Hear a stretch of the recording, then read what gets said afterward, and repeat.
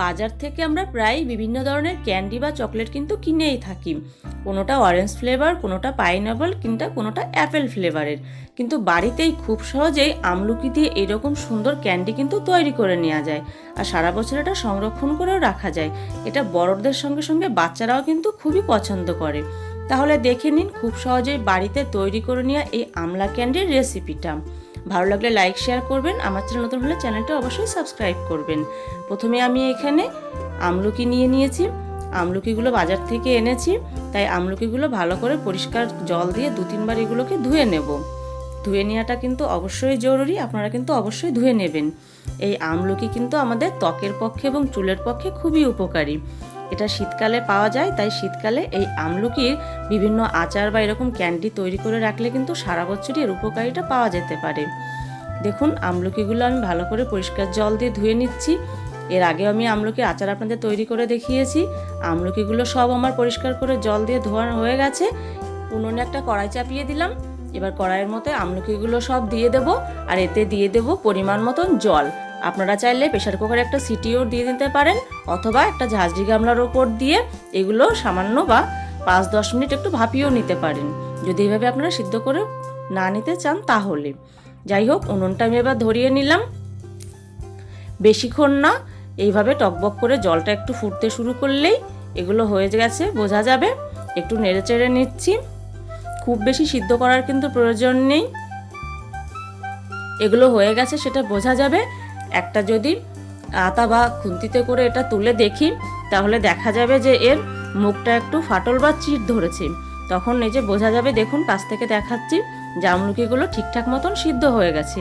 এবার এটা নামিয়ে নেব, আর এটা জল ঝরিয়ে নেব। তার জন্য একটা ঝাঁঝরি গামলা নিয়েছি। এবার সব আমলকিগুলো এর মধ্যে দিয়ে দিলাম, আর জলটা আলাদা করে রেখে দেব। এই জলটা কিন্তু ফেলে দেবো না, জলটা অনেক কাজে লাগে। এটা ফ্রিজে স্টোর করেও রাখা যায়, আর এটা যে কোনো চুলে সমস্যার জন্য এটা ব্যবহার করা যেতে পারে। জলটা আমি একটা বাটিতে রেখে দিলাম ঠান্ডা হওয়ার জন্যে। এবার কড়াইটা পরিষ্কার করে ধুয়ে নেব, তার জন্য কড়াইতে একটু জল রেখে দিলাম। এবার চলুন আমলকিগুলো এখানে আমি ভালো করে ছাড়িয়ে নেব। আমলকিগুলো খুব সহজেই ছাড়ানো হচ্ছে, কারণ এগুলো ঠিকঠাক মতন সিদ্ধ হয়েছে। এগুলো প্রচণ্ডই গরম, আপনারা কিন্তু গরম অবস্থায় এগুলো ছাড়াতে যাবেন না, একটু ঠান্ডা হলেই ছাড়াবেন। আমার হাতে বেশি সময় নেই, তাই আমি গরম অবস্থায় এগুলোকে ছাড়িয়ে নিচ্ছি। ঠান্ডা হলে খুব সহজে এগুলো ছেড়ে যায়।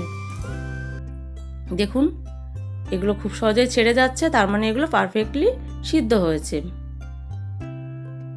এইভাবে আমি সব আমলকির কোয়াগুলো আস্তে আস্তে ছাড়িয়ে নেব। এই আমলকিগুলো এইভাবে হালকা সিদ্ধ করে নিয়ে তারপরে কিন্তু একটা এয়ারটাইট বক্সে রেখে এটা ফ্রিজে অনেক দিন পর্যন্ত কিন্তু সংরক্ষণ করে রাখা যায়। আর যখন ইচ্ছা তখন খুশি আচার বা এরকম ক্যান্ডি কিন্তু তৈরি করে নেওয়া যায়। আমি আজকে এই আমলকির সবটা দিয়ে কিন্তু ক্যান্ডি বা তৈরি করব না, চকলেট আমি কিছুটা পরিমাণ দিয়েই আপনাদের তৈরি করে দেখাবো, আর বাদ বাকিটা আমি ফ্রিজে স্টোর করে রেখে দেব। যাই হোক, কড়াইটা আমি পরিষ্কার করে এখানে রেখে দিলাম। কড়াইতে আমি একটু গরম জল বসাবো। যতটা পরিমাণ ক্যান্ডি আমি তৈরি করব ততটা পরিমাণ আমলকি আমি এই যে এখানে নিয়েছি একটা বাটির মধ্যে। এই যে দেখুন বীজগুলো যে একটা গামলার মধ্যে আমি রেখে দিলাম। এবার এই বাটির মধ্যে দিয়ে দেব পরিমাণ মতন চিনি। চিনিটা একটু বুঝে শুনে দেবেন, যাতে আমলকিগুলো চিনি দিয়ে একটু ঢেকে যায়। এবার এটা এইভাবে ঢাকনা দিয়ে রেখে দেব সারা রাত্রির জন্য।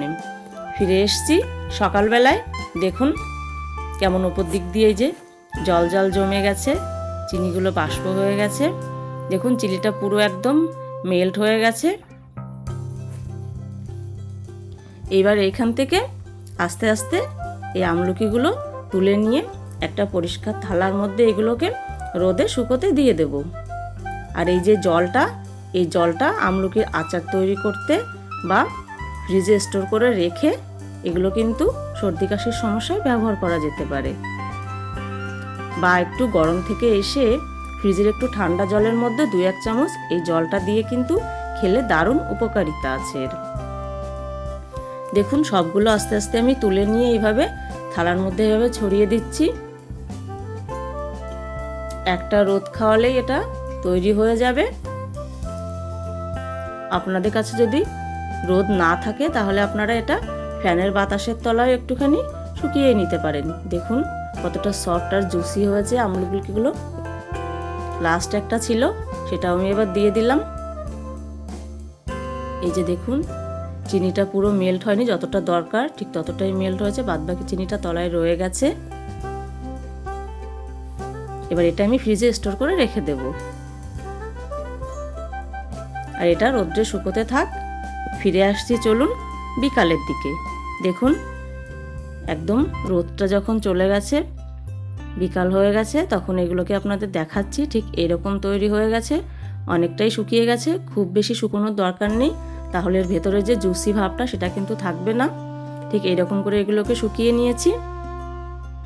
এবার চলুন এর পরবর্তী স্টেপে চলে যাওয়া যাক।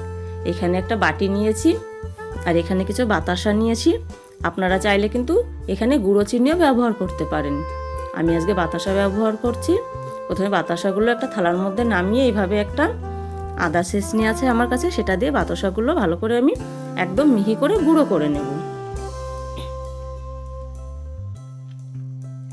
দেখুন একদম ভালো করে এগুলোকে গুঁড়ো করে নিয়েছি।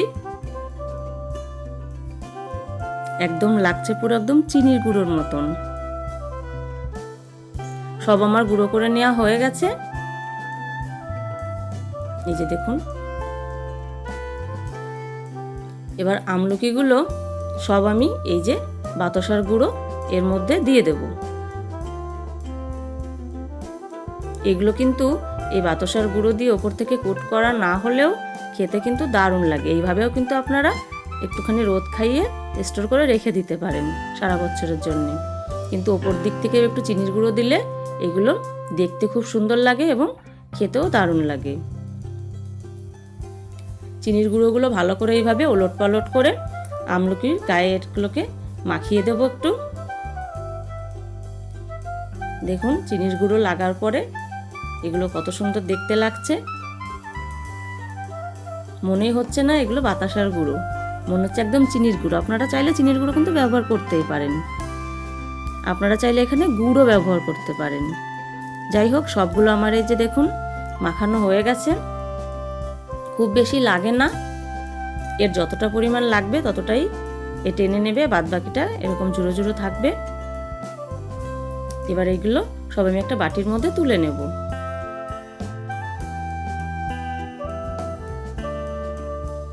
আমার ভিডিওগুলো আপনাদের কেমন লাগে অবশ্যই কিন্তু জানাবেন।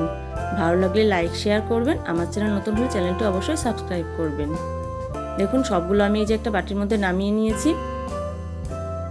একটা আপনি আপনাদের দেখাচ্ছি ঠিক কতটা সুন্দর হয়েছে। দেখুন একদম লাগছে না বাজারের তৈরি আমলা ক্যান্ডি বা অরেঞ্জ ক্যান্ডির মতন। এগুলো বাচ্চাদের দেবেন, বাচ্চারা কিন্তু খুবই পছন্দ করবে, আর এটা বাচ্চাদের পক্ষে খুব উপকারী। দেখুন একটুখানি খেয়ে দেখাচ্ছি আপনাদের ভেতরটা কতটা জুসি হয়েছে। একটা ভেঙেও দেখাচ্ছি আপনাদের। এই যে দেখুন, দাঁড়ান, এই যে দেখুন উপরটা আর ভেতরটা কতটা জুসি, নরম, সফট।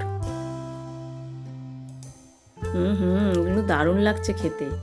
তাহলে দেখলেন বাড়িতে কত সহজে আমি আমলা ক্যান্ডিগুলো তৈরি করে নিলাম। আপনারা কিন্তু অবশ্যই এটা তৈরি করবেন আর আমাকে জানাবেন ঠিক কেমন হয়েছে। এইরকম নিত্য নতুন ভিডিও পাওয়ার জন্য চ্যানেলটি অবশ্যই সাবস্ক্রাইব করবেন। তাহলে দেখা হচ্ছে নতুন কোনো আর একদিন। আজকের মতন বিদায় নিচ্ছি। ততক্ষণের জন্য সুস্থ থাকবেন, ভালো থাকবেন, নমস্কার। আর দেখতে থাকবেন আর রান্নাঘর, ইট ন্যাচারাল, স্টে হেলদি।